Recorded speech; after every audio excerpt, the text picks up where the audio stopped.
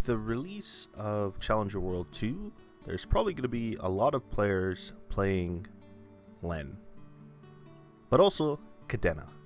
Cadena is obviously the class I main, and I think it has a lot of nuances and little things that make it super interesting, super deep, and it's kind of the type of class that you could play for 5 years and you'd still be learning things. So I'm going to attempt to do a class breakdown and show you guys what the main mechanics of the class are, and hopefully give you guys a good foundation to build off of if you're deciding to play this class in Challenger World.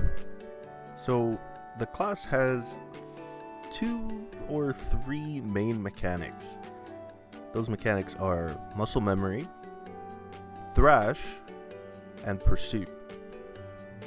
In addition to the 3 main mechanics, I'll also be discussing each of the combo skills that you use while comboing when playing Cadena, because not only do they do damage and displace your position, they also have different abilities. Usually, I think all of them have at least 2 things that they do other than just damage. So starting with muscle memory. Muscle memory is the reason why you combo on Cadena. Aside from your combo skills actually just doing a lot of damage, muscle memory is a explosion that happens around you every time you switch from one summon skill to another summon skill. In addition to causing that explosion and doing a lot of damage with that explosion, it also gives you a stack that provides final damage for each weapon swap up to 8. And in addition to all the final damage and the explosion, it also provides you with a shield and puts you into dark sight every time you combo. This is probably the most broken skill in the game. It is wicked overtuned and it's awesome. It's the best skill ever. It's not only offensive, but it's also defensive. And the more you play Cadena, the more comfortable you'll get with abusing this skill, especially in bosses like Vihila, and especially the early game bosses that you can abuse Dark Sight in, or bosses where you can't really heal in. If muscle memory is the reason you combo on Cadena, Thrash canceling is the reason it feels so good. Thrash is a 2-part animation where the first part is a little spin that the chain does around you, and the second part is the chain whip coming out and attacking in front of you. In order to Thrash cancel, you have to throw out one of your summon skills while the chain is spinning around you. It's a pretty quick animation, but why bother doing this? The reason you Thrash cancel is not only to stop your momentum from some skills, as it serves as a pseudo pursuit cancel, which we'll get into in a minute. It also gives you a final damage buff to the next skill that you use after you use the first part of Thrash, which is the spinning part. This means that every skill you do with Thrash before it gets a 10 to 25% FD buff. This can be a little awkward when you're first learning how to do it, but I made another video about how to learn Cadena, and if you're interested in the class, I suggest watching that for tips to how to get used to that timing and how to practice it a little bit more efficiently. The last main mechanic is Pursuit, and Pursuit is a bit of a weird one and can kind of throw people off and look kind of goofy to non-Cadena players, and especially if you're even a new Cadena player, it can kind of feel pointless, like why do I have this skill? Not only is it a kind of rope lift type skill where it can pull you towards monsters or platforms, it also resets your flash jump, which is really important, good for mobility. You could do an infinite air stall with it as well, and most importantly, when comboing, it can end the end lag of pretty much all your skills. Now, I'm going to be honest, this is one mechanic that I struggle to work into my comboing, and it's something I've tried to get more and more used to, and I'm starting to put it at the end of my combo strings, but I'm kind of getting mixed information about this skill in the Cadena Discord. Sometimes people are like, you need to use it after every single skill, and sometimes people are like, no, you only need to use it at the end of your combo strings. So I'm not entirely sure how often you're supposed to do it, but I know for a fact that at the very least, you want to do it at the end of your combo strings, and you want to do it at the beginning of the third bat attack, which we'll get into in a minute. Okay, so those are the three main mechanics. Again, muscle memory, thrash, and pursuit. Now that we've mastered all of that, we're going to get into the actual comboing skills, or summon skills. Like I mentioned in the intro, each summon skill has two separate abilities, or two effects that it has, other than damage, of course. And there are 8 skills that you have to combo with, so that means there's quite a bit of information that's going to be packed into this section. And honestly, it's going to be hard to remember all this, and the more you play the class, the more these effects will become sort of obvious to you as you're comboing.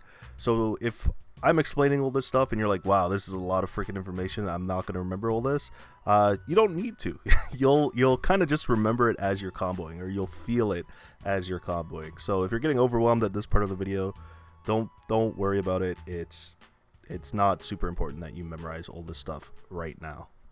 Okay, so we're going to start off with Summon Daggers. The first effect of Summon Daggers is that it's an air stall. And what that means is if you're flying across the map with a lot of momentum, you can use Summon Daggers and it will halt you in place for a second, and then you will descend to the ground after the animation is done. The second effect of Summon Daggers is that it puts you in the air just a little bit if you use it on the ground. Now, why would that matter? Why would you want to be put just like a millimeter off the ground? Well, that's important for 2 other skills. Summon Decoy Bomb and Summon Scimitar. Both of these skills have different effects when you use them on the ground and when you use them in the air. Summon Decoy Bomb, if used on the ground, will send you backwards. Summon Scimitar, when used on the ground, will send you forward in a rush, meaning your character's hitbox is physically sliding across the ground as you're using the skill.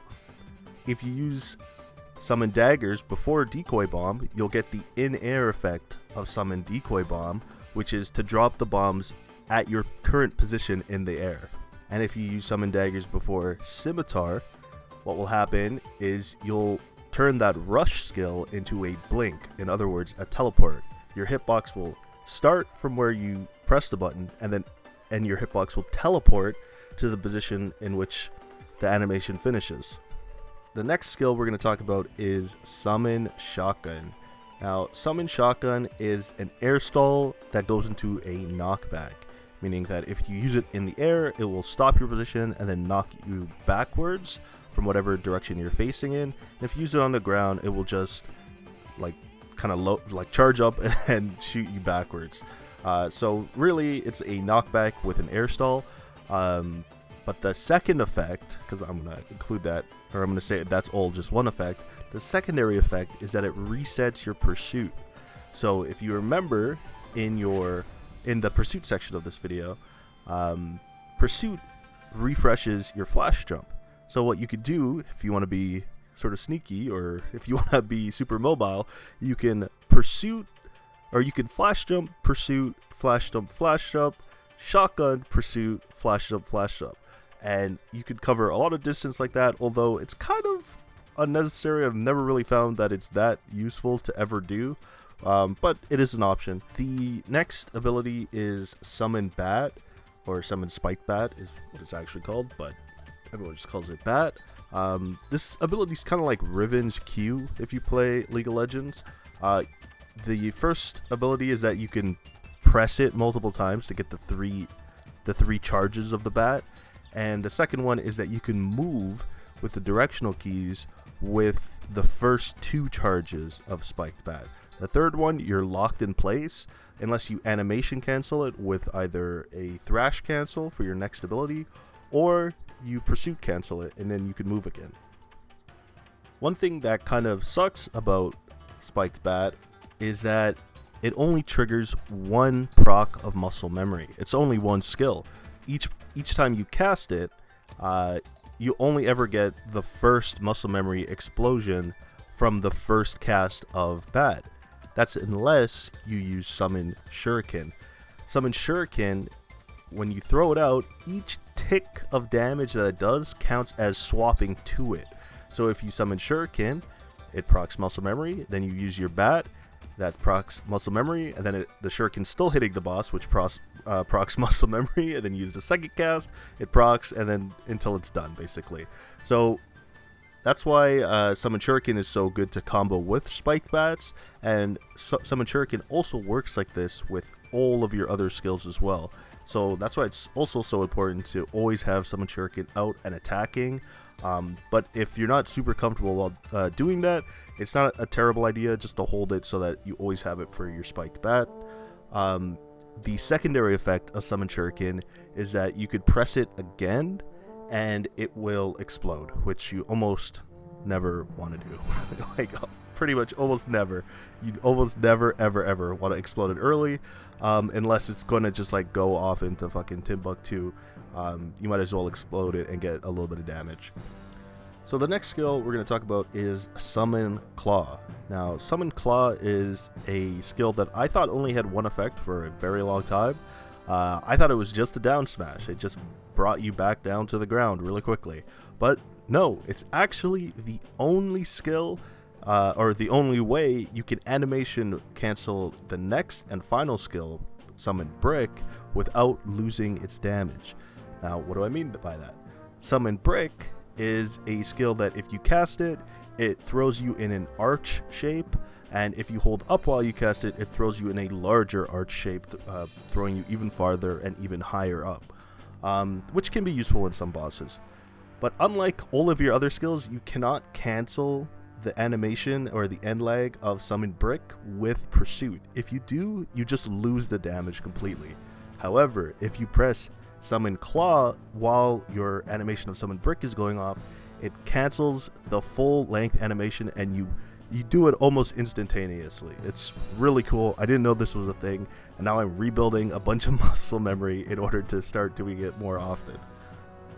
Those are all of the combo skills, but there are some other skills, 2 other skills that really should be discussed a little bit in this section, and that's Crush and Beatdown.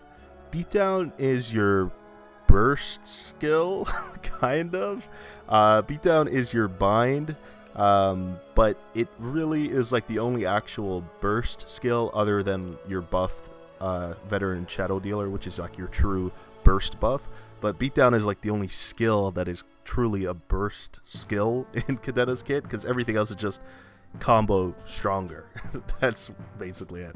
But Beatdown, basically how it works is you use it, it binds the boss, and when you hit a certain number of combos, it procs and does a bunch of damage in an area.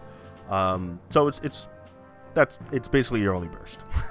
The next skill I want to talk about is Crush, which is not a great skill. It has kind of a long animation, and it's basically a FMA kind of attack, and it puts you immediately at 8 stacks of muscle memory. One thing that you can do to get even more damage out of this skill is use Thrash Pursuit to cancel the second half of Thrash, and then save that buff that you get from Thrash to use on Crush, which will give you the extra final damage for Crush, which is an extra piece of tech that I think every Cadena should be doing. You could also do this with Beatdown, but it only applies to the initial bind damage of Beatdown and not the actual shockwave, which does all the damage for Beatdown. So it's not really worth doing, but I mean, you could if you want to be super mid-maxi. So that is basically Cadena. That's that's the whole kit. There is an iframe, there are passives, but you don't really need to get into that. All you need to know is the comboing, how it works, how everything interacts with each other. And one thing I want to draw your attention to is just how like well designed this class is. Everything is connected to everything. All of your skills affect everything else, like muscle memory to thrash canceling to all of your combo. Everything works so well together. It's probably, again, the most perfectly bestest designed class in this game.